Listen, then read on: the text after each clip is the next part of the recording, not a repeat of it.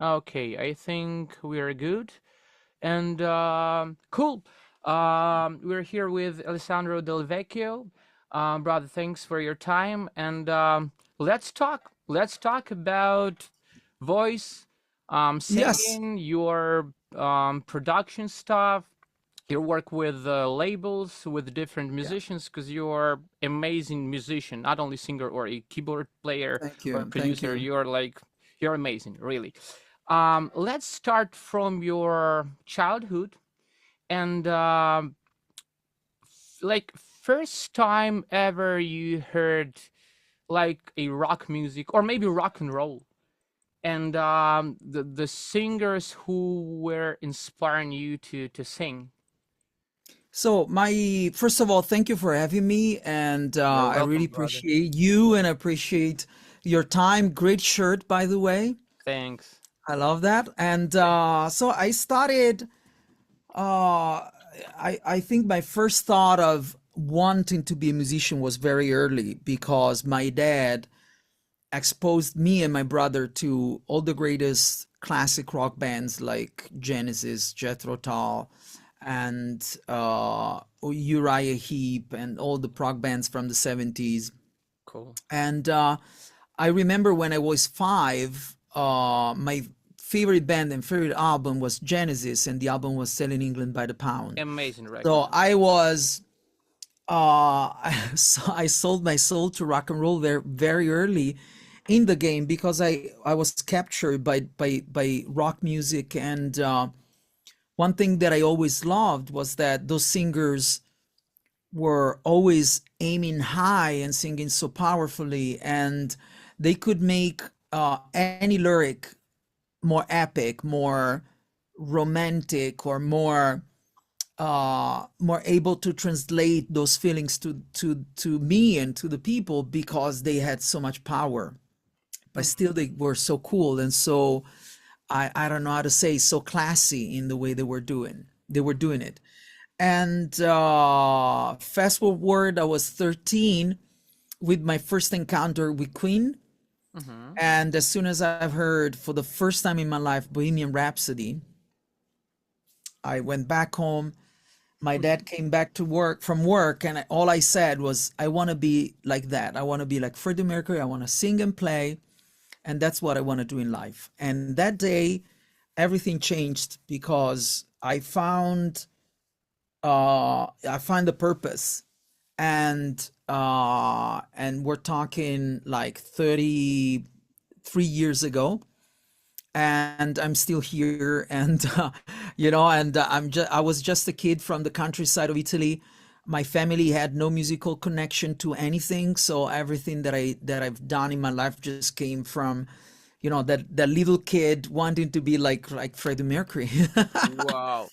But you Yeah. know what? It's so interesting because you said you were inspired by like Genesis and Yes, and it's more towards like a prog genre of music, like Yeah. Yeah. Underground Yeah. Generator and Frank Zappa, Yeah. and it's weird because a lot of the times it's when we were talking about the 70s especially or late 60s, it's more about like Led Zeppelin or Yardbirds, like That came Stances, that came later. They Cream. came later in the game.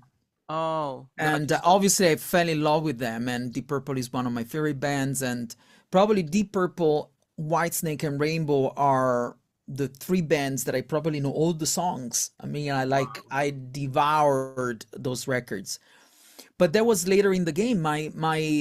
My love was prog, and still today, prog to me is special because it's a music without boundaries. exactly.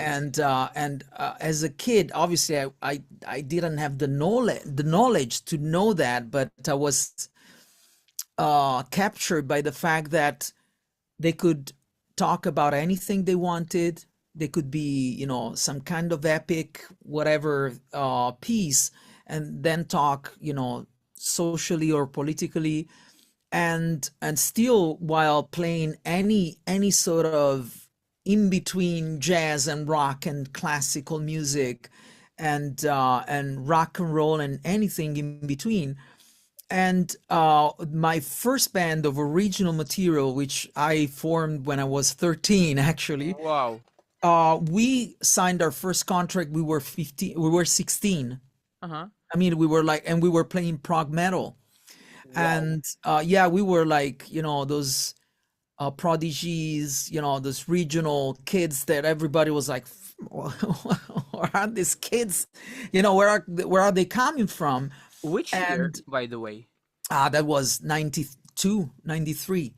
So Dream Images, Theater yeah, just came out. already. It's like Images and Yeah, Words came out. Images and Words just came out. And I remember when it came out, a friend of mine brought a cassette to me and my brother saying, "Oh my God, guys, this band, they have keyboards in heavy metal." Yeah. And I told him, I said, "No, it's like, what are you talking about? That's impossible. Heavy metal is guitars." And I was like, "You gotta listen to this." And the first song that he played was Metropolis Part One. Man, that keyboard intro and the whole song and Heavy everything. more. I was like, Yeah. what? What is this? And the vocals. And I was like, Yeah. and that changed. So I was raised on vocally and as a keyboard player on learning the songs. And back in the day, you couldn't find music sheets for anything.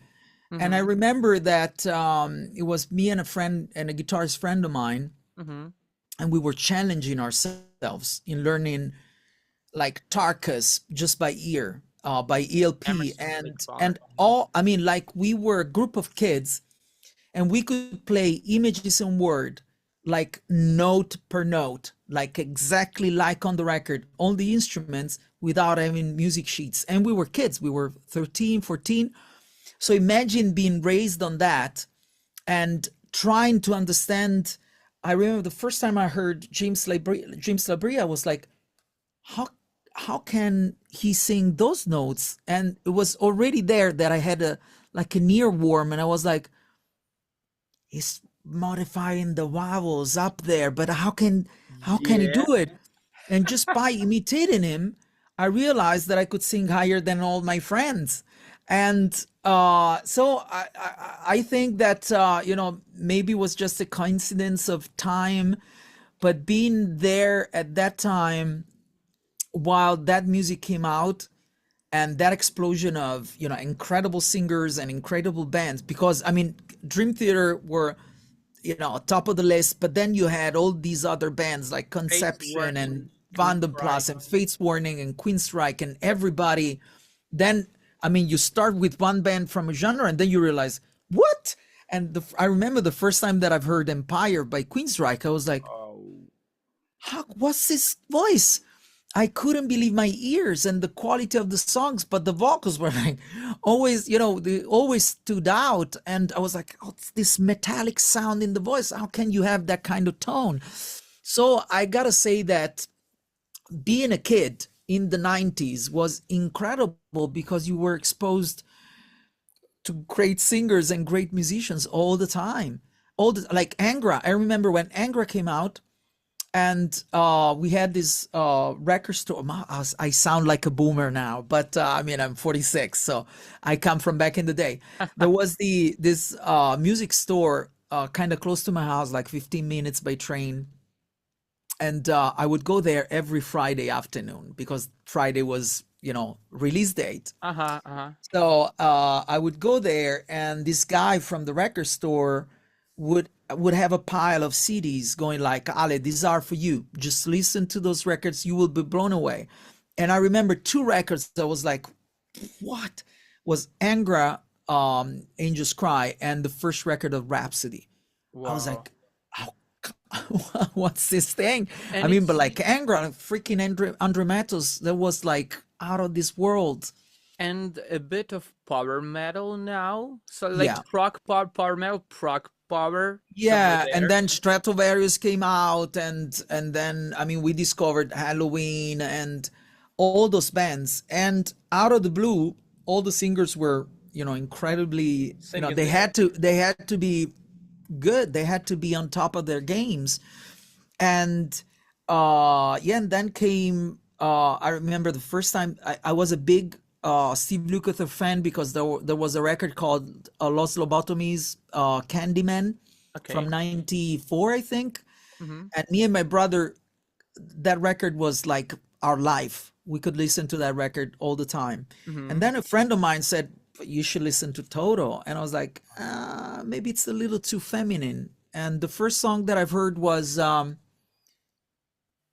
don't remember. I think it was probably 99. And for a little kid metalhead, it was a little too soft.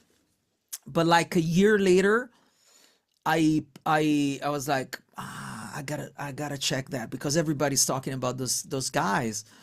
And I played Toto 4. I was like, what? So then I With Bobby dived Kimball, in, right? yeah, with Bobby Kimball. Yeah, that was Yeah. the last record they did in Yeah. the 80s Yeah. with Yeah. Bobby Kimball. And at that time, you had to be a compulsive listener. Like you check one record from Toto and you buy everything. And I remember that I was going like buying a record of Toto and just buying the whole discography the day after. Mm-hmm. And that's what I did with Queensryche and Fates Warning and Halloween, Iron Maiden, Black Sabbath, anything. I mean, you were exposed to one record, then you wanted to have all of them. And back Exactly. then, obviously, without Spotify or Napster or anything, you would just have to, or either have friends that could, master some copies for you, or just go and buy the records. And but I mean, and still today, I'm passionate about music. But back in the day, I would listen to music all the time. I was always with headphones on and trying to understand how these guys were doing this. And obviously, I mean, Italy in the 90s and 80s and 90s, it was like the third world of music. There was no knowledge of any kind of rock and metal. I mean, there were metal bands, but it was like they were, Yeah. very low level compared to anything that was coming out of even Switzerland, which is like 20 kilometers from here. Mm-hmm. Mm-hmm. Swiss, Switzerland, they had Crocus and they had Gothard, Yeah. while we Yeah. had, very, strange English trying to sound like bands, with bad, shitty productions. And but probably because I was close to Switzerland that I could expose myself to Swiss musicians, I was like, oh, I mean, I feel that American rock or English rock or North European rock Uh-huh. is different. I mean, these singers are, they're serious about, even the pronunciation of, just you don't have to know English very well to be able to pronounce the Yep. words Yeah. Yeah. correctly and make it sound better. I mean, in Italy, there were bands that were like in the charts with broken English. And I was like, this is so wrong. So I was always captured by bands from abroad that could really do it, like it should be. Cool. Tell me like just a couple of singers who were a huge influence for you. Like from 3 to 5, like the main influence. Okay, the main ones, I would say Freddie Mercury, because Okay. to me, still today, he could do anything. I mean, there are rarely you can find a singer that can sing from a waltz to hard rock to rap to funk to rock and roll to hard rock, anything. He could do anything while still being himself all the time. I mean, he was not changing, he was not bending. He had a Mhm. personality that was, uh, shifting the music, but he was always sounding the same and Yeah, I always, agree. strong and powerful. And then I would say Glenn Hughes and David Coverdale. But Glenn was, I remember the first time, I always tell this story because the first time that I saw California Jam, and Glenn, Exactly. I mean, Exactly. Glenn he was the real rock star. I mean, he came out with this white dress and the long hair Yeah. and those notes, man. And Coverdale and Ronnie Dio and Lou Gramm. Wow. Yeah. I Yeah. was in Sure. love. Still today, I'm in love with Lou Gramm. To me, one of the best singers. Okay. But But overall, I mean, the one that really changed the game for me was Glenn, because I couldn't believe, that you could be that good. And the funny thing was that when I saw California Jam that night, I, I I was so shocked that I went to bed. But remember, I was 13, 14. I went to bed and I couldn't fall asleep, and I was like, how can you be this good? I want to be like that. But where do I find musicians to do this? And my band was amazing, but I knew that I had to travel the world to find this.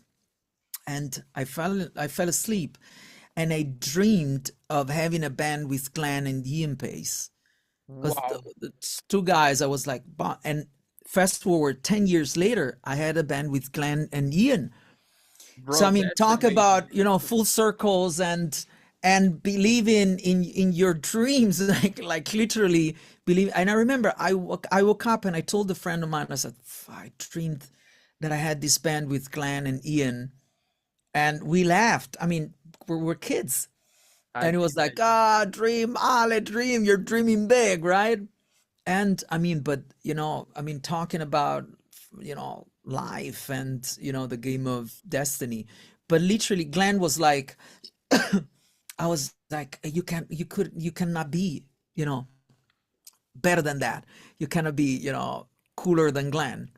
But you see, I think the game changer is when we're talking about the Glen, because mostly we're talking about the rock music, like rock, metal, uh, and he came from a bit of funk soul Yeah, area and yeah, incorporated all yeah, those licks into a hard yeah, rock yeah, environment. That's yeah, why all this like head voice thing, all those breathy tones, like yeah, huge vibrato, those yeah. rattles, and they're from like Yeah, black they're music. they're You know from what I mean? another, yeah, It's they're great. from another world. Because I mean, if you talk about Coverdale and everybody was, trying to be as cool as Paul Rogers. Yeah, And yeah, Paul bluesy Rogers was a vibe. blues singer. I mean, he Yeah, was like 100% blues singer. While Glenn, he always told me that he loved Paul Rogers, but he was more into black music. yeah, And I, the tone when he was trying to sound like a black dude, I mean, it was so cool. He was so different than anybody else, and he was very young. I mean, if you listen to the first Trapeze record, I think he was 16. 60, yeah, yeah, And or if you so. think about it, it's like, what? I mean, And yeah, it's so weird because back in the days, I'm also discovered Andy Purple in the early age because of my father and mother.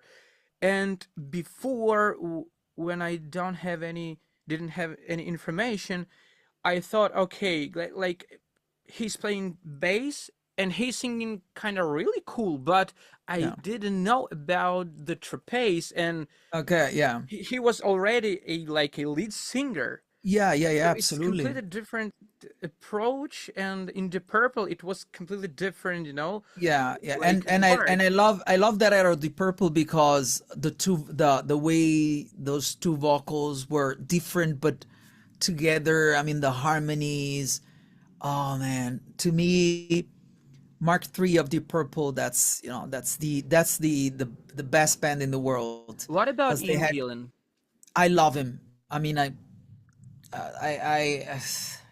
five singers. It's a little too not enough, Okay. but I loved him. And but Ian is a different beast, because I love his art stuff, obviously, and there are parts that he's doing in Made in Japan which are Yeah. insane. Yeah. But what I love of Ian Gillan is the mid-range tone, Mm-hmm. like when he sings "When a Blind Man Cries," or the song "Wasted Sunset" from "Perfect Stranger." That tone to me is like magic. And the And sad, obviously, I mean, if you're using the fireworks and you're singing "Child in Time," like, or yeah, freaking Gethsemane, like he does, that is, I mean, you cannot be better than that. You And know, you also can Born you Again by Sabbath. oh, It's that like record. what is going Oh on here? man, Like, song thrashed, and I yeah, mean those songs. He sings like he's the devil. yeah, Man, what a record! It's yeah. insane. I mean, there Underrated, by the way, super underrated absolutely, record. absolutely, and I love it. And I like also the product. I mean, lots of people are like, "Oh, the production is so bad," but I love it It's because it's rough. part of making it sound, from the cave. Yeah, yeah. To me, So yeah, rough. Yeah. yeah.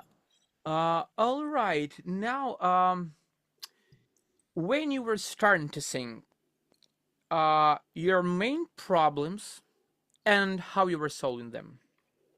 So my main problem when I started to sing was resistance, Mm-hmm. because I could naturally sing high, but I had a very late change into mature voice Uh-huh. after puberty, very late. Like I started to change my voice a little bit before being 20. So it Whoa. was very, very rarely late. And to me, it was always resistance, because back in the day when you were going to voice teachers, as soon as you were talking about, I remember I had a test song. I would go there, play them Since I Be Loving You by Led Zeppelin, and Okay. I would tell them, that's what I want to do. And if Robert Plant can do it, I want to do it too. And I feel that I can do Mm-hmm. it if you help me on how to do it. And they were like, no, that's not a correct way of singing. You're a guy, you're a baritone, you should sing like a baritone. You Oh, will lose your voice, it will be a gotcha. disaster. You will, and back in the day, they used to call even when you had pops or calluses, they would say voice cancer. They're like, Whoa, you will develop cancer if you sing like that. mm. And then I was like, how can he be? I mean, Glenn is in his 50s and he's doing it. Paul Rogers and anybody. I mean, all these And singers, it's not why like they two can, or three singers, it's it's a like lot. thousands It's of a lot. singers. And but back in the day, you couldn't find teachers that were able to tell you, you have to sing lighter if you want to, bridge into the high Stretch the vote, register, modify and the vote. Yeah, and you have to modify your vowels. They were always trying to let you sing in chest voice as high as you could. gotcha. But when I was 18, I was already playing and singing like I think 180 shows a year, like a lot of shows, like a lot. Without And training, like a, without training, formal. but I was struggling What was because the struggles?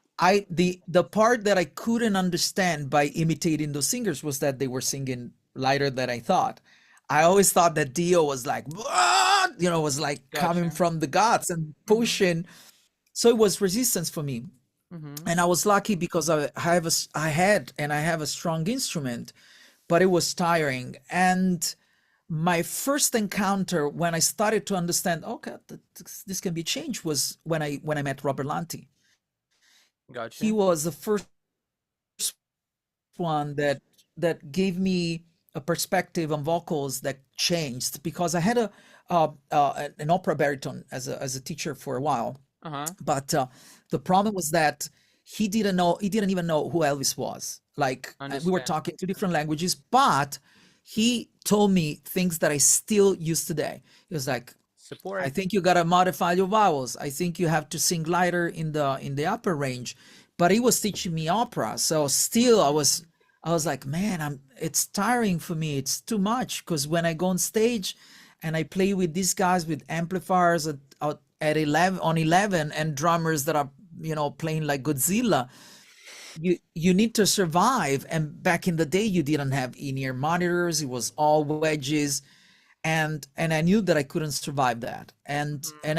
I knew that professionally I had to find a way to make it resistant but artistically cool, because the other side of teaching was like just singing to head voice super light and just Gotcha. Gotcha. sing super in Or too cry mode. heavy. or too yeah, soft. There is in no cry middle mode. ground.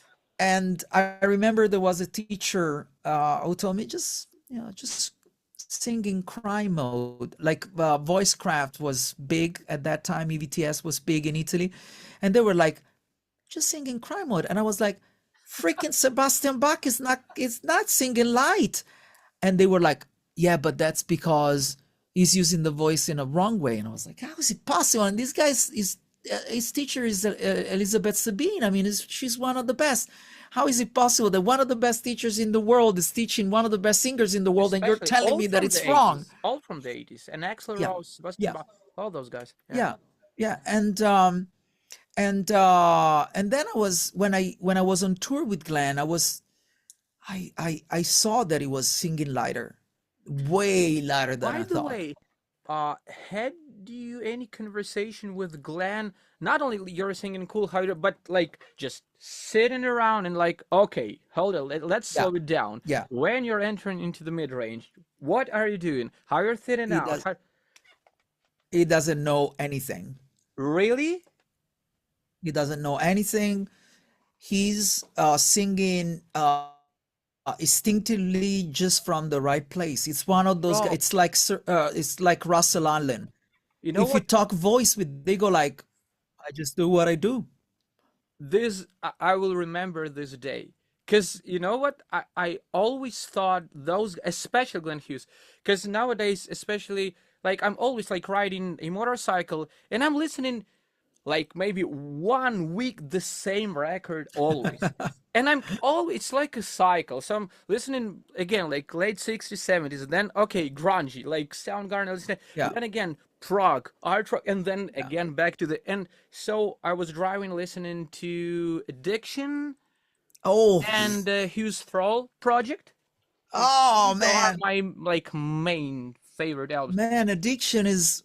And Oh, you know what? I don't wanna talk about it. Exactly. Oh Exactly. man, this And you voice. know what? And I'm like riding motorcycle, and I'm listening to the Glenn's voice, and I'm like, okay, that's the transition into falsetto.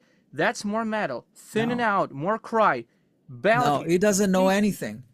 and for me, it's like, yay, going from, and Yeah, yeah, now it's for me so weird, bro. yeah. He doesn't know anything, and Wow. I mean, he knows. Obviously, he's been in the business, so he knows.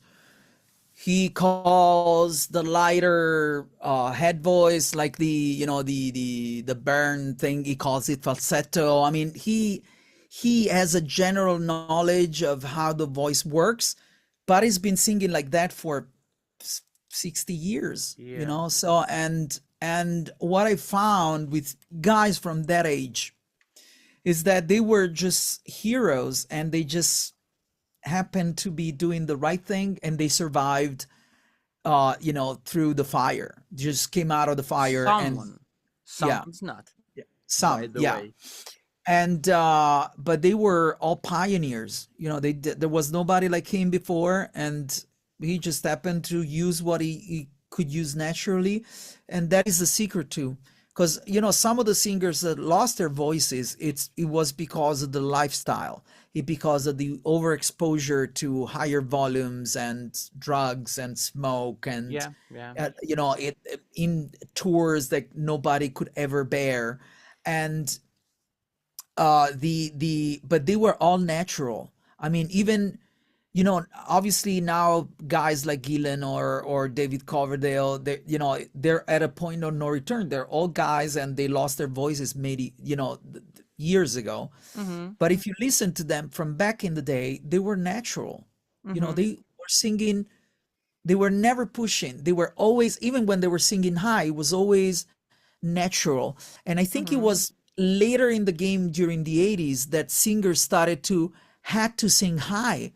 And I remember there's an interview of Lou Gramm Mm-hmm. talking of when foreigners started to become big, and they realized that they had something when Lou Gramm was going higher than normal, and they started to change the keys of the songs in the records. Like Foreigner 4, the whole record was like Yeah. two steps lower, and then they were like, now that's too low, we need more turbo voice, more magic. Mm-hmm. And and that's when the singing high game changed. Then it became like it's not natural anymore. So if you don't have it, you still have to have it. Like if you read the story of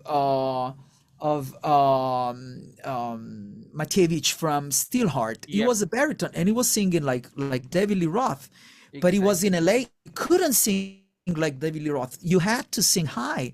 So he had to go and find that kind of voice. And that's when vocal teachers started to get into the game. But until I think 83, 84, those singers were just coming out of rehearsals and playing 100 shows a year.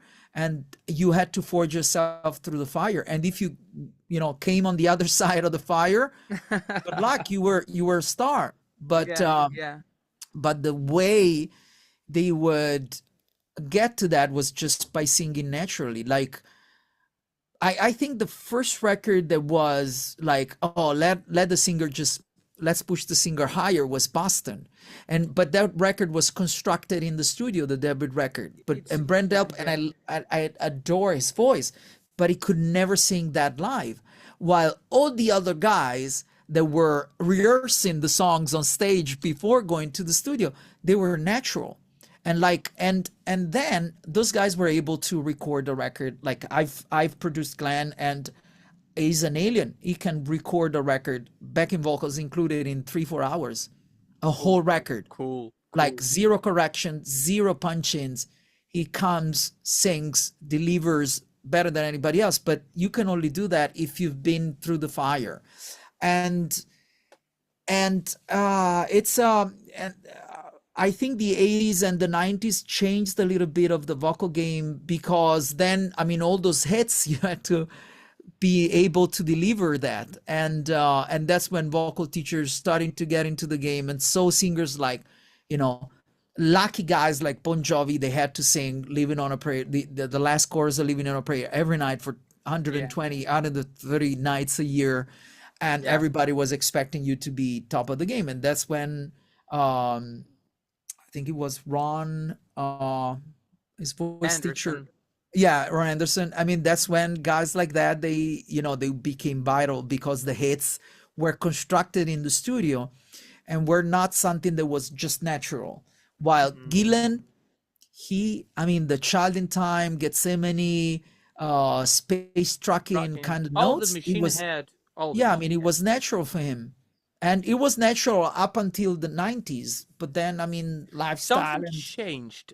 Completely, yeah, especially in a mid range. Completely yeah. changed. But that's, I've been touring with Ian, so I've witnessed his voice like firsthand. It was like every night in my ears. And the thing is that most of these guys, they've lived a life that no other singer could ever live.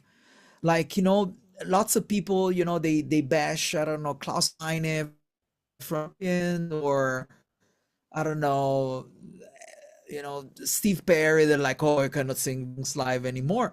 Well, I challenge anybody to be in, Steve shoes in '84, the Frontiers tour, and Wow. you're best singer in the world. Everybody is expecting you to be the best, and you're singing on stages that it takes 2 minutes to walk from one side to another, Yeah. and you have to perform. You have to do interviews. You're traveling, and unfortunately, hopefully today it's different, but back in the day, the first solution was cocaine. And as a singer, once you start doing cocaine, game is gone. You're blowing your voice, and you're literally blowing your voice, Wow. and then it's gone. And even for guys that were clean and sober, a tour like Iron Maiden, I mean, like the Power Slave tour was like 130 shows or something like that in a Yeah. year. And they just came from recording a record, going on tour. And I mean, and obviously, if you listen to Live After Death, Bruce's voice was shot. I mean, imagine having to be on tour, and every night you have to perform. First song in the set is freaking Aces High. Right from the beginning. Come Bam. on. So if we always have to balance our opinions with the fact that these guys have been doing vocal living a vocal life that's it's unbearable for anybody else. So even when they lose their voice, like Axl Rose, obviously, I mean, nowadays is an let's say an old guy. We can say Yeah. that he's older, and you if you live that life, your voice will never be the same, unless you are Paul Rogers, who's been singing is in his comfort zone and maybe going It's every once in different. a It's while higher. completely Yeah. different. This bluesy And or stuff Glenn. I is, mean, Glenn is naturally singing those notes easy. But anybody else living Glenn's life, I mean, with the drugs and everything, yeah, I they would know. I have read lost that. their voice on day one. So, I mean, we're talking about the Michael Jordans of vocals, Yeah. and they built that sound on what was natural for them. It's like Stevie Wonder. One day, Stevie Wonder, in an interview, they said, "How does it feel to be the best in the world?" And it was like, I'm not the best in the world. I'm just the best version of myself because I just wrote songs that I could sing. So you're only listening to what I can do because I've been writing songs that I tailored on my voice. And that's been the secret for most of the singers that were able to keep that kind of range. I mean, and obviously Lou Gramm, if guys in your band they come in producers and they go like, I think we should have the songs like one step and a half higher than we wrote it, and then that song becomes a hit, you're destroyed. You Yeah. know, you have to do it every night. Especially And nowadays. yeah, yeah. And but thank God, I mean, vocal teachers then got in the game, and and we're like, okay, okay, we can work on this, we can make it work Yeah, but I mean, efficiently. like the industry is pushing all those guys to sing, like, like night after night, like 1 year Yeah, tour, yeah, no sleep, no like environment without air conditioning. It's so difficult, really. It's like you need to be a robot, even knowing yeah, all the technique stuff, how to sing, how to modify the vowel, how to stretch out yeah. the folds, but like your body just can't do it I with mean, this the intensity. it's music business, and Yeah, unfortunately, it's the business part of the music business that's that's not made for humans. It's you got to push yourself because you got to make money, and you're a money machine. And I don't know if you've seen the Bon Jovi documentary. it's so sad, so And sad. but the part that's very interesting is like, I cannot stop. First of all, I don't want to stop, but second, I mean, you have an enterprise, you have a company, you have people relying on your voice. I mean, the voice is the worst instrument of all, because Fragile. when the singer is shot, it's game over. Yep, yep. It's game over for everybody else. So the responsibility, you're carrying the responsibility every night on show. And nowadays, when I see these kids, I mean, they came out of TV shows and they're thrown on tour without, these guys were singing in their bedrooms, and then they go on stage. And as much as I love in-ears, they are the worst way to learn on how to sing properly, because they give you a perception that is okay if you're a pro, but Mm-hmm. because you've been already Mm-hmm. in the trenches, and you've been learning on how to develop your sound. But these kids, they've never sang in a rehearsal room with a loud drummer. So as soon as they are on stage, their perception of their voice changes, because simply because of the volume, because they've never Yeah. been exposed to that kind of volume. And you see they're all fried, and then you have mental health issues, and then you have a whole other thing that we didn't have back in the day.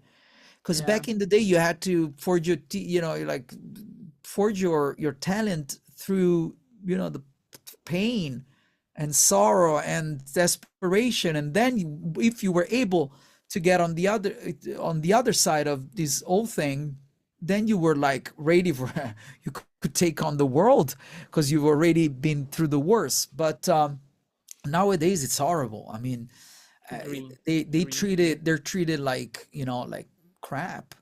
And it's so sad, because there are singers that are amazing nowadays, but will they last?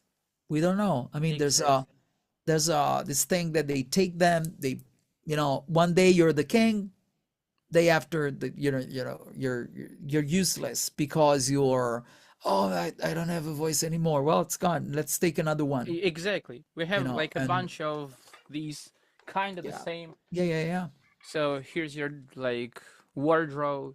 Here's yeah, your like makeup artist, and let's write a yeah. song and let's put it I mean, it's you together. don't have, talking about makeup artists. I always say you don't have, you don't have artists like Kiss or David Bowie or Alice Alice Cooper. I mean, these Cooper. guys were just making their own makeup Yep. every night. And nowadays, these kids, they're thrown, in an arena tour, and they have like hairstylists and makeup artists. And it should be easier because you don't have to worry about anything else.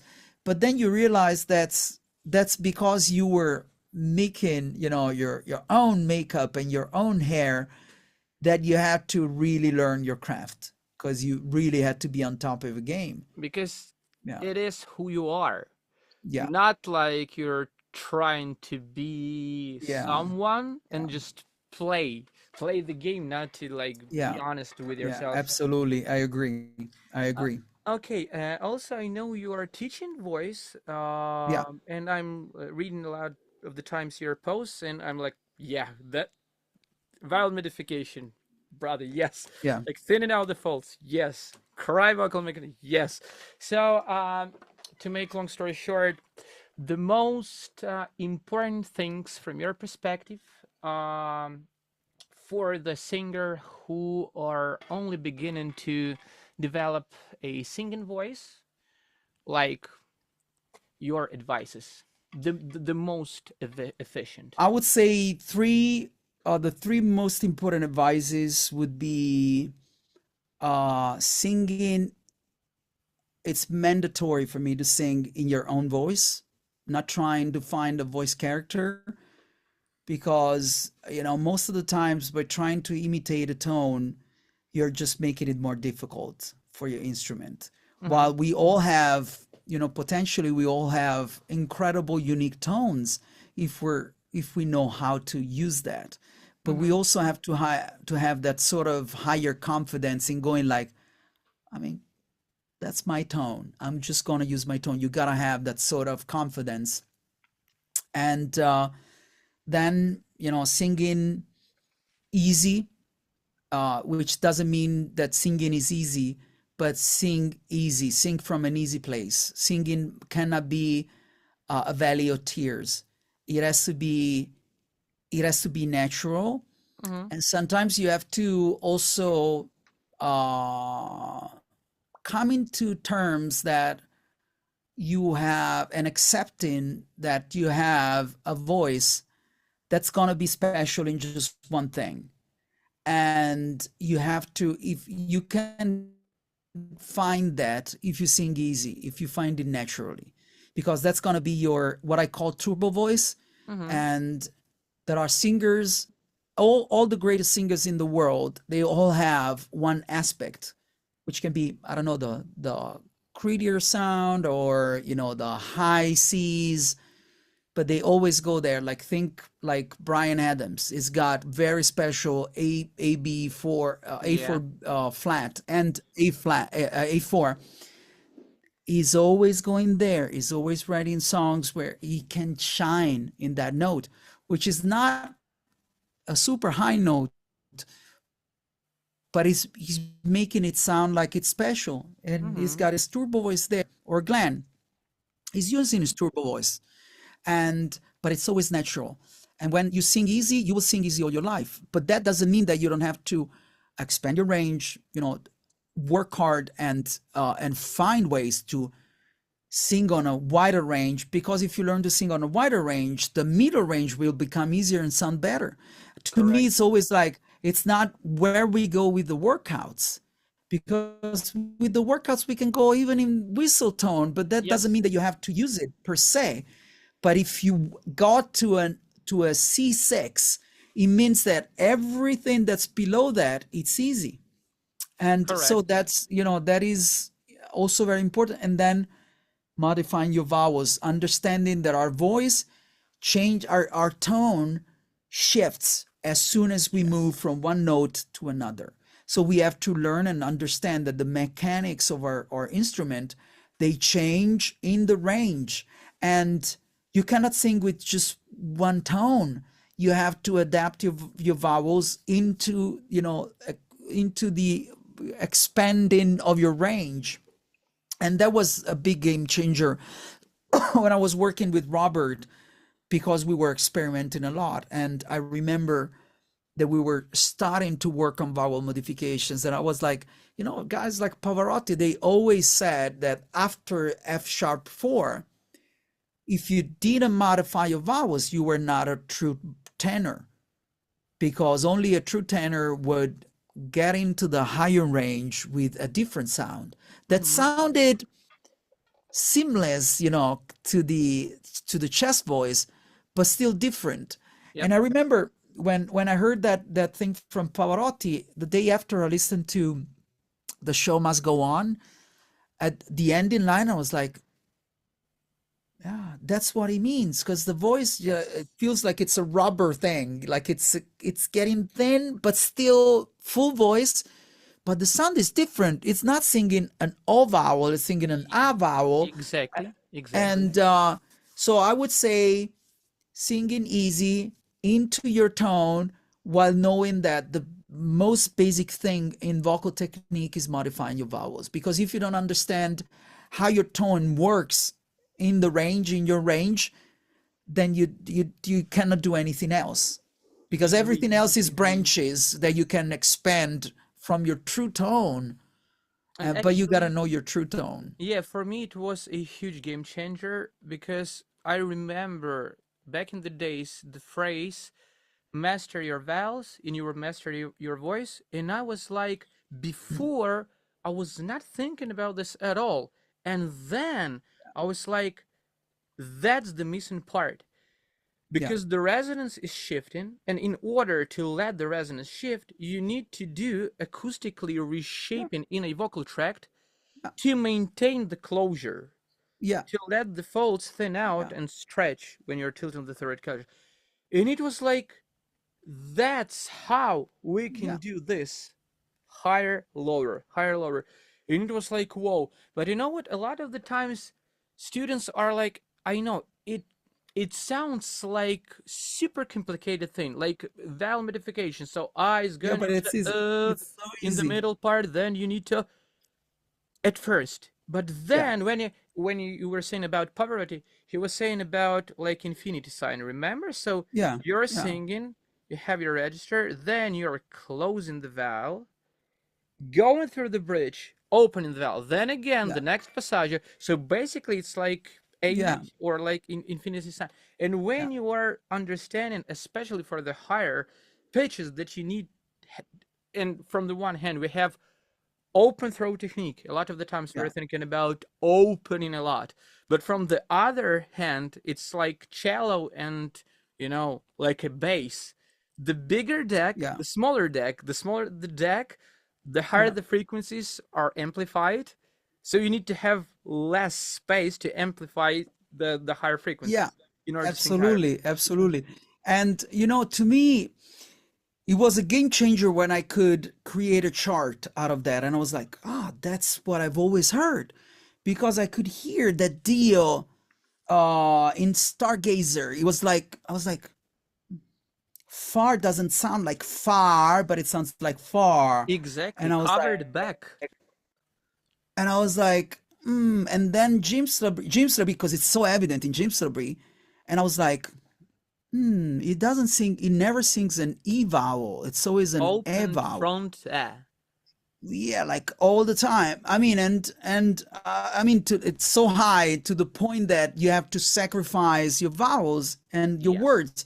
And I was like, but that's what opera singers do too. Because I mean, exactly. we've been having booklets for centuries, because I mean, people were going to the theater and were like, what is it saying? Exactly. The So you were higher the reading all the time, because I mean, if you want to sing that high, you gotta compromise the speaking effect of your voice. one But I was able to put it all together, and I was like, oh yeah, that's what Glenn does, that's what Dio does, that's what everybody. Rosanna does, that's everybody does it. who are And singing higher than the first bridge. That's the thing. That's yeah, the thing. yeah, When you're going through, not just using your speech like sound. yeah, yeah. And the thing was that back in the day, in the 90s, they were trying to teach two voices. They were like, you have one voice in the lower range, one voice in the higher range, but they never worked on the passaggio.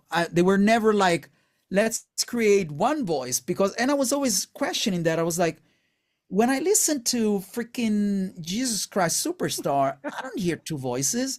Yeah, I don't hear two voices in Queen. I don't hear two voices in freaking Rob Alford. I hear one tone, one voice. It's like, and they have all the notes. And I was like, these guys are not avoiding like, push back, sung. Yeah, they were exactly. like always boom. But I remember my first opera teacher. He was like, no, no, you shouldn't mask any note. You always have to sing them like super clear, because if you're thinking two voices, then you're gonna sing in two voices. It was like, no, that's not lyrical singing, like bel canto. It's only one voice, and he always told me, one voice, one breath. It was like More no legato attacks. idea. I mean, when you're singing notes, you're like a violin. You cannot do the staccato. It was like, don't, Legato. never, always legato all the time. He was like, and he was always repeating, Alessandro, one breath and one support. Don't push. When you go from low to high, high doesn't mean that you have to push. You just have to keep your support, keep your appoggio, keep your breath. It was always like one breath. Once you start, that's it. You cannot change the volume. And I was like, no, I mean, these guys, when they go high, they sing louder. And it was like, what are you talking about? They're singing, it's the same volume. What you hear is the overtones, it's the amplification, it's the way they shape their tone in the higher range, but they're not pushing loud, they're not singing louder. And I mean, and it always stayed here, but then I couldn't find a way to put it down into singing. Uh-huh. But then it was a matter of survival, and I had to find a way, because my repertoire has always been difficult, and I need to have my voice ready, because besides touring, I've been recording as a songwriter or as a backing vocalist all the Gotcha. time. I mean, like, I've done years of singing every day, so my voice between teaching and touring and doing sessions in the studio always had to be ready. So it was a matter of survival. And I realized, that, okay, so they're singing lighter, they're modifying their vowels, and they don't find a voice character. They have their voice, which is exactly as they sing, Yep. as they talk, they sing. It's the same tone. They don't create they don't shift from, the speaker to the singer. It's always that tone. And then from that tone, they're able to make it dirty, to make it soft, to make it airy, to make it sweet, to make it darker, to make it sharper. And then I was like, okay, so it's easier. It's easier than it seems, because it's more like a game. And then I started to study vocology, and I was like, shoot, I mean, when we're kids, when we're children, we know how to do this like instinctively. We're not, I Yep. mean, the first thing we do when we're born, we I would say sing, but we're like crying Crying on the high at a pitch. volume that's beyond, I mean, Exactly. beyond anything else. But we're like, we have like 3 millimeters vocal folds, and still we're powerful. I mean, kids, they use the diaphragm perfectly. When they sing high, their mouths are like this. Yeah, The yeah. vocal tract is wide open. So we are actually born perfect vocally. Yes. What happens is that, the posture and the Environment. regional accents and dialects, they change the whole game for us.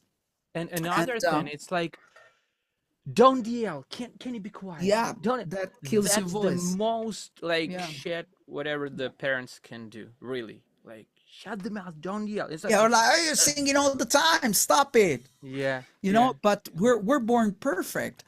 And then one thing we forget is that everything we know vocally, we're not born with it. We just imitate. yep, So also in teaching, a big game changer for me was like leading by example. In my lessons, I sing all the time, because otherwise your students are, if you tell them, oh, you got to modify your vowels, and you just wait for them to try, yeah, and out of nothing. But it's so easy if you give them an example. And I always tell them, you have to use your X-rays ears. You have to hear that in the songs. And I always tell them, if you listen to Beautiful by Christina Aguilera, every note is gonna be perfect. If you listen to that song, there's vowel modification, that's everything. yep, But if you listen correctly, if you don't listen correctly, you think she's just singing the word. She's not just singing the words, she's adapting the vowels to the melody. And if you do that, then something magic happens, because when you find that special balance between the right mechanical position and the voice that's effective artistically, then the game of interpreting the song is done, because your voice is already performing. Because if you're doing like, oh, your voice is already singing. You don't have to go, oh, I'm doing this boot camp on interpretation of the songs. Why you do that when you're not able to sing in your real voice, and you haven't found your range, your sound? Because that's going to be 90% of the game. Because then you will only have to interpret the song. You don't have to worry about technique anymore, because otherwise it becomes a tunnel with no end, because you have yes, a yeah, checklist of a singer's, like, open your mouth and do this and do that and anchor and the volume and this and that and whatever. It's too much. But you have to train your body into singing, like straight to the point. And I remember also when talking about that, I the only time that I worked with Ronnie James Dio was as a sound engineer. There was a big festival in Milan, and they called me to be a stage sound engineer for monitors. wow, And that festival was incredible. We had Ronnie James Dio, Candlemass, wow, Axel Rudy Pell, Rage, Gothard. It was I mean, for me as a singer, I was like, I can solo their voices in my headphones. I was like, I should pay these guys to work here tonight. So, and I talked to very briefly to Ronnie James Dio, because he was like singing. It was smoking a cigarette, but like, do you know Jigen from Lupin, from the cartoon? He was singing the cigarette, but the song was already started, and the cigarette went like this, just one puff, and the whole cigarette was gone. And he went on stage. By walking on stage, you could see the smoke that lasted like 20 seconds, and then he sang like right away. I was like, I've never seen something like that. So when the show was done, I went to Ronnie and I said, can I ask you a question as a singer? I said, I'm a sound engineer, but I'm a singer too. What do you do before going on stage? Because I've seen you drink, and I've seen you smoke, and I've seen you talk loud, and that's all the opposite that I know. And he said, I don't need to warm up. I I already know know, I already know what sound I need to do. I I've don't I heard And he about it. said, I never question the sound that I need to do. So I can do whatever I want before the show. And it always stayed here with me. And that was 2005. And then in 2007, I went on tour with Glenn. Same thing, no warm up. Then Jeff Scott Soto, no warm up. Then Steve Lee, no warm up. Johnny Johnny, no warm up. Julian Turner, no, none of these guys were doing the warm up. And I always ask them, are you freak of nature, or there's something missing in the teaching? And because in the studio, I've never seen anybody warm up. They just walk into the recording room, boom, and the sound is already there. The first take is already great. And I always ask them, and they all have the same answer. We know what voice to use. Why should we warm up? Why should we waste, you know, our voice just by singing, That's 20 minutes so before the show weird. when you already have 2 hours? And they all start and the voice is already there. Like Russell Allen and Jørn Lande, they're incredible because they have these big voices. They're like gigantic guys, like big and strong. And as soon as they sing, the volume just drops. The volume is gone and it's all resonance. And their necks, they expand. And I always asked Jørn, I was like, were you born with this or what? And it just goes like, I know what works. I know what part of my voice works. And I always go there straight into that sound. I don't need to warm up.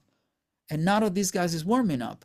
I And heard about Dio, but I didn't know about Yolanda and Russell and Allen and all, all all those the all guys. these guys, I mean, out of all the singers that I worked with, and it's a lot, like Michael Sweet and all these insane singers and Dino Jelusic and Nathan James. I mean, even the younger kids, they don't they when they start singing, they know the singing voice. They go straight into that. They know the volume that they have to use. They know the position. They know the vowels, and they make it sound easy because of that. Because there's no, I mean, there's there's no effort into going into that sound because that sound is ready. And it's true because if you know the vowel that you have to sing into, then the game is done. Because if the vowel is correct, the volume will be correct, the tone will be correct, and everything will fall into What place. about you, by the way? Are I you don't I warming don't up? warm up. Really? I don't warm up because, and I shouldn't say that, but my students know that. I always tell them, if you feel like you need to warm up, just warm up. If it works, it works. But it doesn't work for me Wow. because to me, when I sing a song, I know where to go vocally. If I have to warm up, I have to go find that voice. But if I'm singing a song, it comes easier for me. So Gotcha. to me, the first song, the first, let's say, 2 minutes of singing are crucial. I'm like I'm like a monk. When I'm starting to sing, I am going into a whole very narrow place, and I only hear one sound, and I sing into that. And I did it naturally for years, but then I had these guys, and I was like, I like that. I like that you don't have to go like 20 minutes before the show. I mean, especially when you have like shows back to back, like 2 hours of singing high stuff. You want to save those 20 minutes, those 30 minutes. You want to save that. But then obviously, I mean, there are other cases like James Labrie with, the vocal problems and issues that he had to deal with. Then you have to warm up.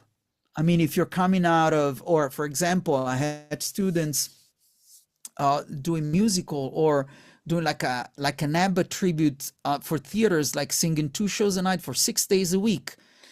There you need to warm up because if you make one single mistake, then it's game over because you don't Yeah. have way to recover. And but it is crucial, and also everything that you do around your singing is crucial. Like if you're on tour, you have to be a monk. When Yeah. I'm on tour, I sleep, I stay silent, and I sing. And I sing easy. I sing way more tougher in the studio than live. Live, I just make it easy, and I have this, what I call it, walking meditation to stage. I have I'm in my zone. I'm fully concentrated, and I know the sound that I want to hear. So I go straight into that sound. But that comes, I have 30 years of singing professionally, like millions of gigs. And again, it was a matter of survival for me to find this, this special zone vocally. And but I would say that I wouldn't say that warm up is not necessary. It goes case by case. But if you can avoid it, that's 20 minutes, 30 minutes of singing that you saved.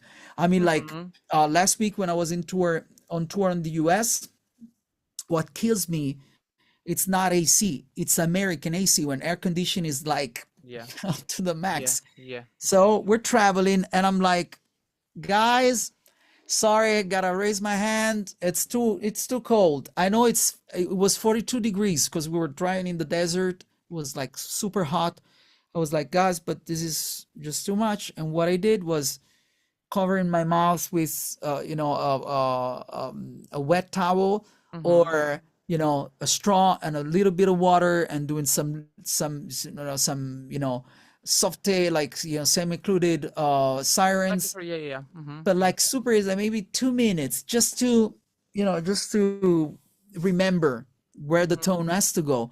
But it is crucial. But again, if you warm up and then you go on stage and you're not singing in the right vowel, everything you've done before, it's like wasted. But we are not talking about this kind of case. We're talking about Yeah, yeah, when you know what you're doing. yeah. But Yeah. when what you're doing, it's I think the first song is crucial, because if you know how to nail that, then and they love me and hate me because I always say that I don't need days off. I only need days off to sleep, but I don't need days off vocally. Mm-hmm. And but not because I'm lucky. It's simply because I sing. I worked hard into finding that easy voice, and it didn't come when I was in my 20s. It came in my 30s. It came after years of going on stage, warming up, and making it wrong anyway. It came from, being tired. It came from having days of recovery. It came from not being able to travel and sing the same day.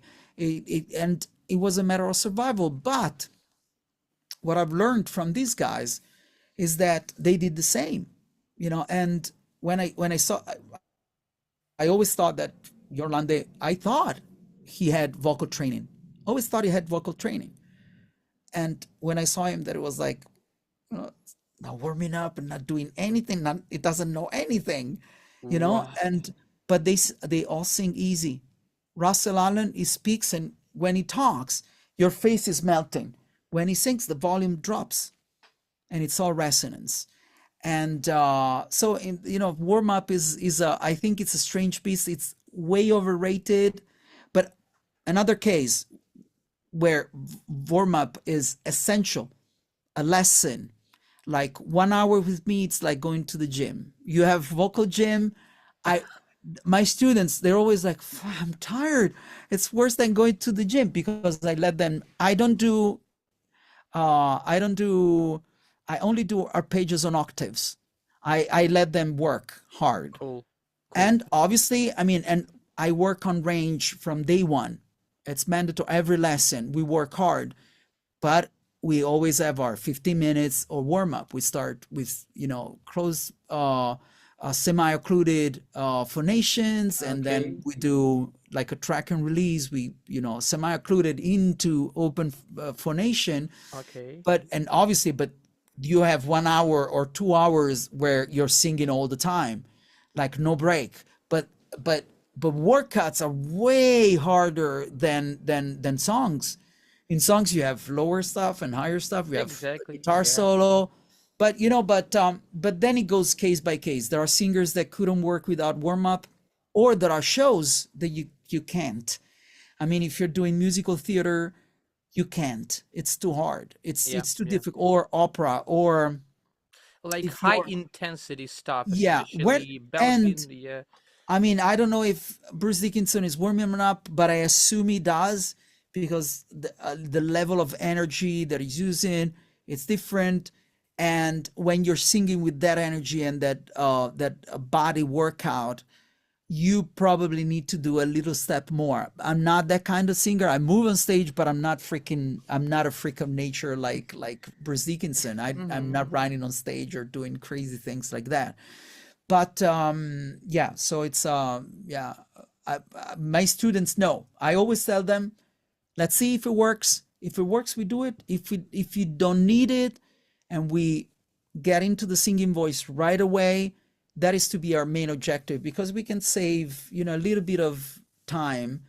And sometimes even warming up before a show, that's critical, because you don't have a space to do that, because dressing rooms are noisy and shitty, and you have to go in your car. It's all a compromise. So I always say, well, if we find the way, not where we don't need to warm up per se, like, in the true sense of things, but we can make it work on the first lines of the songs, then, then I think it's better, from a touring rat, let's say that. Yeah. Yeah. Okay, not to last this conversation super long, like all the And I questions talk a were. lot. I know No, that I it's talk a lot. okay. It's super cool. But all the things which are came into my mind right now, like really quick questions and your Yeah. answers. Okay, about mask placement, nasality, opening the nasal port, and stuff like that. It's important. Know what you're talking about. Uh, I think it's all important. But you have to balance. You have to balance that, because if it's too nasal, it's too nasal, unless you're Shaka Khan and everybody forgives you because you're the best. But I would say that it all goes back to making it sound natural. And there are voices that are more natural, more nasal by nature, Mm-hmm. like, I don't know, Sebastian Bach, just talking Mm-hmm. about somebody in rock. But if Ronnie Dio would never be nasal. So it's if you find, all these tricks and techniques and resonance places, they all need to serve one thing, which is your most effective voice. Mm-hmm. And obviously, if you're working in musical theater or in vocal jobs where you need to have lots of characters, then you need to work a lot into tuning those things, Mm-hmm. especially if you're doing classic musical theater where you're singing, you go from super nasal to super low, and you have to know that, obviously, that. But in the, let's say, in the world where you're singing your own repertoire, or stuff like that, I always work on it, but I use it as a tool to get to your true voice. Mm-hmm. Okay, next, more darker sound color or brighter sound color in the middle part of the voice. Ooh, More covering, more opening. In the middle. In the higher part, we know. Opening, yes, but in the middle. I would More say I would bluesy? say open, but case by case, because there are voices where in the mid range you want to cover, like you want to get that sort of darker sound instead of That's what I'm talking about. Like yeah. more And Jørn Lande, Coverdale, Pearl Rogers, yeah, they stuff like they that. all they all cover that. They Yes. all, they all cover that range. I'm a fan of big open throats all the way through, but because as a fact, I'm more of a blues guy. I'm more of a, let's say, like an R&B singer. So I love, the trumpet sound in the mid range.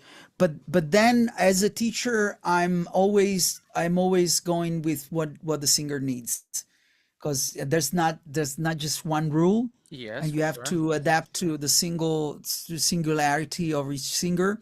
But the rock guys that I love, they all cover that zone. So I would say more like, more in, like, in an R&B, soul, blues singing, it's more trumpety, it's more bright and open, Mm-hmm. while in rock it's more covered.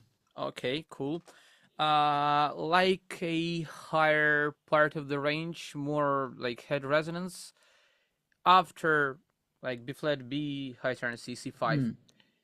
how you are training your guys to zip up the folds there, like to have from the one hand and head resonance, but at the same time not open the folds into like pure falsetto, like zip up there. Yeah. Yeah, so to me, the tool number one is vowel modification. Mm-hmm. Because if you're singing, the higher you go, lesser the chances are of not using that vowel. If you use the right vowel, you will turn into singing full voice anyway. And by Okay. full voice, I don't mean chest voice, but I mean head voice connected voice into through the passage. Yeah. full voice. Yeah. Correct. And like for example, if you're singing an u vowel and you don't modify the vowel into more like an o vowel, Uh-huh. then you will sound heady. You will sound more Yes. Yes. Yeah. falsetto-ish. Yeah. Yeah. Yeah. But if you're singing, if you have your students understand that if they sing the proper vowel for that part of the range, they won't have a choice. And once you discover that, then you realize that there's no way out of it. And it's easier and it sounds cooler. But to me, vowel modification is and vowel placement is the key to understand that. And it's easier to understand because one vowel makes one position. And it's easy because if you sing the right vowel, everything then falls into place. And Yeah. you don't have to go in like, okay, the cricoid, and you're talking things that we don't feel, we don't see, we don't know. And I don't like to have my students know about physiology. Okay. I years ago I was like, oh, we gotta do here's the book and you have to know all the terms. But then I realized that I was trapping them into a more difficult way of singing because you get into in this introspective mode, but we don't feel that those parts. We don't know how they work. All we know is the sound they make.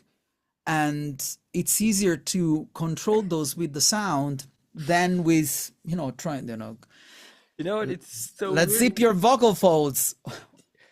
We are What? talking How? a lot about this.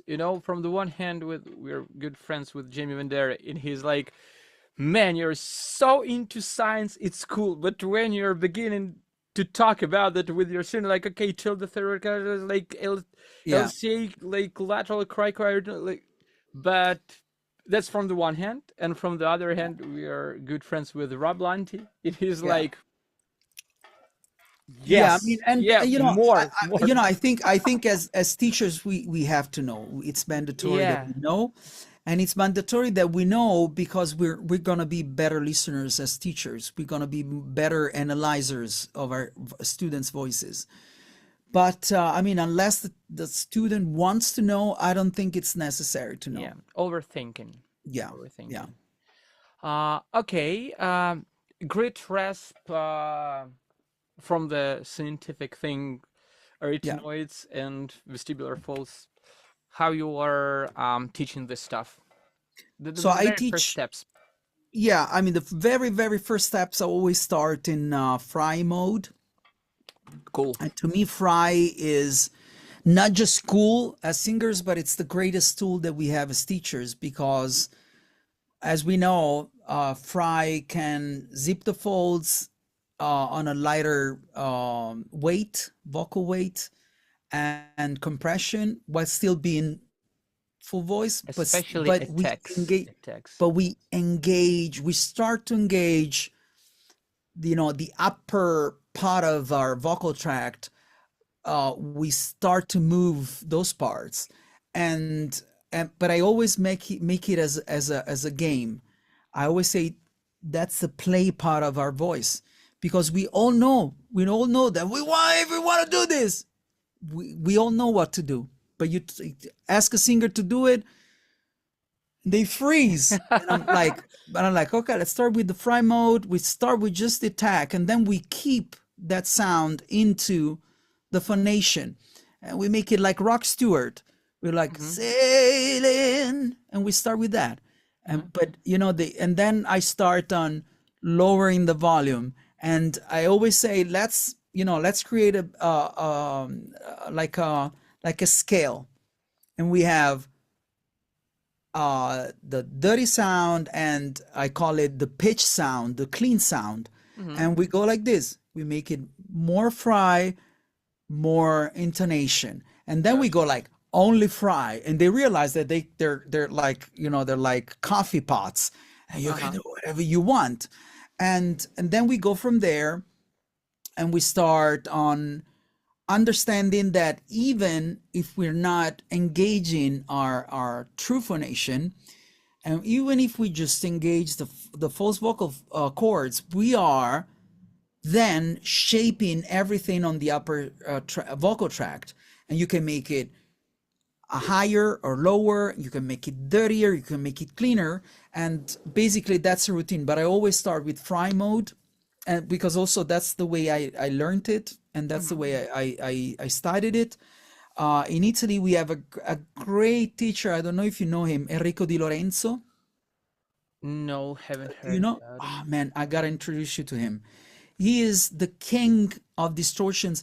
There's nobody like him in the world. He's a vocal doctor.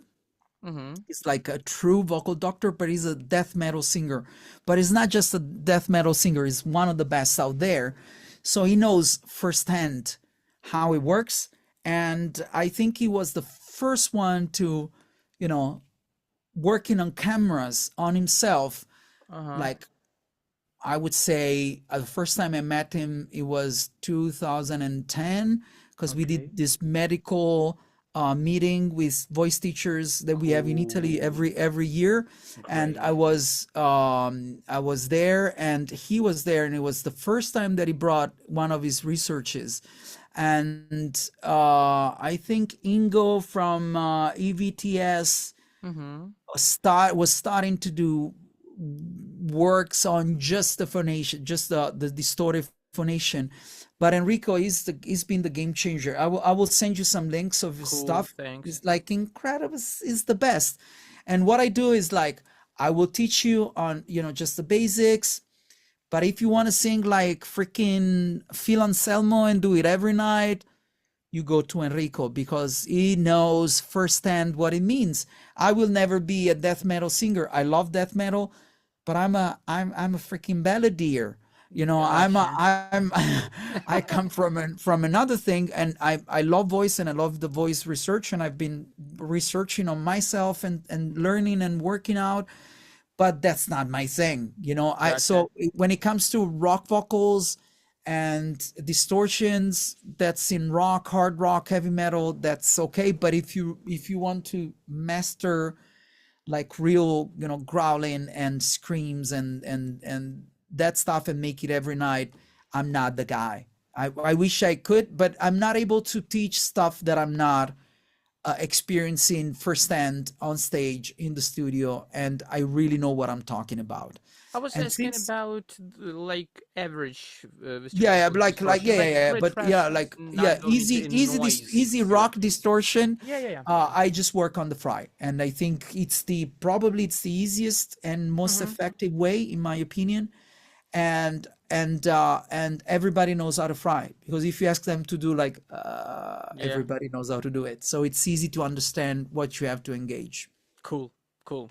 Bro, thanks a lot for your time. It was amazing because we are texting a bit, but it's not in person. I hope we're gonna see each other in person, but I really hope, and the world will hopefully will change in your side of the world, oh man, and I really hope that it will change so that we can go back touring in your country, because you guys deserve it, and you deserve peace, but you deserve music there. So thanks. I know that some of your people are still able to tour, get out of the country, like Ginger and these Yeah, guys, yeah, yeah, but yeah, yeah, yeah. I know that it's hard. I know a lot of European bands that are not able to do it. That's So really difficult, yeah, really difficult. but I really hope that one day I will be in Ukraine, or you will be in this side of Europe, and we can meet in person. That would be awesome. Oh, amazing, bro. Again, thanks a lot, brother. Thank you See for your you time, soon. I man. hope. Take care. Stay in touch. You too. Thank you for your time. Thank you, man. Bye, Thank you. brother. See ya.